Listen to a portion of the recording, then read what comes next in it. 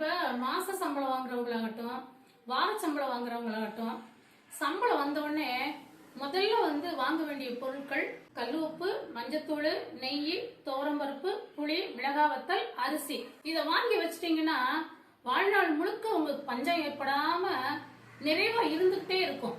அதான் இல்லைன்னு சொல்லாம நீங்க வாங்கி வச்சுக்கணும். அட்லீஸ்ட் அப்படி வாங்க முடியலையா, வெள்ளிக்கிழமையாவது இதெல்லாம் நிறைச்சு வச்சுக்கோங்க. வச்சுக்கிட்டீங்கன்னா கண்டிப்பா உங்களுக்கு உணவு பற்றாக்குறை வராது. அதாவது ஒண்ணுமே இல்லைங்க, எங்கேயோ ஒரு கரண்ட் இல்லை, ஏதோ ஒண்ணு முடியல அப்படின்னா ஒரு பருப்பை வேக வச்சு கொஞ்சம் மஞ்சத்தூள், மிளகாய் வத்தலை போட்டு ஒரு பருப்பு ரெடி பண்ணிடலாம், உப்பை போட்டு சாப்பிடலாம். அதே மாதிரிதான் ஒரு புளியை ஊற வச்சு தண்ணி நல்லா கரைச்சிக்கிட்டு மிளகாய் வத்தலை போட்டு உப்பை போட்டு ஒரு தக்காளியை பிசைஞ்சா சாப்பிட ஊத்திக்கலாம். இன்னும் நிறைய காடுகள்ல விவசாயத்துல வேலை செய்யறவங்க, இந்த ஏழை எளியவங்கள்லாம் அப்படிதான் செய்யறாங்க. ஆனா இதெல்லாம் மகத்துவம், அதாவது இதை வச்சே நம்ம சாப்பிடலாங்கிற மாதிரி அந்த காலத்துல வழிவகுத்திருக்காங்க.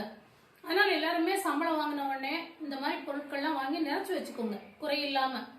கஷ்டப்பட்ட பிள்ளைங்களுமே எங்ககிட்ட ஒரு 1/2 கிலோ அரிசி வாங்குவாங்க. எனக்கு ரொம்ப கஷ்டமா இருக்கும், ஏமா அடுத்து ஒரு 5 கிலோ அரிசி வாங்கி வச்சுக்கோமா, அரிசி இல்லாம இருக்காதம்மா அப்படின்லாம் சொல்லுவேன். வாங்கிக்கிறேம்மா அப்படின்னு சொல்லுவாங்க. இன்னும் கஷ்டப்படுற பிள்ளைங்க எல்லாம் இருக்காங்க, நிறைய நிறைய வீட்டு வேலை செய்யறாங்க. ஆனா பணம் பத்தல.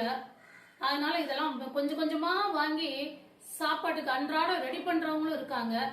அவங்களும் நல்லா இருக்கணுங்கிறதுக்காக நான் சொல்லுவேன், இதெல்லாம் வாங்கி வச்சுக்கோங்கம்மா, கொஞ்சம் பணம் வரும்போது வாங்கி நிறைச்சுக்கோங்கம்மா அப்படின்னு சொல்லுவேன்.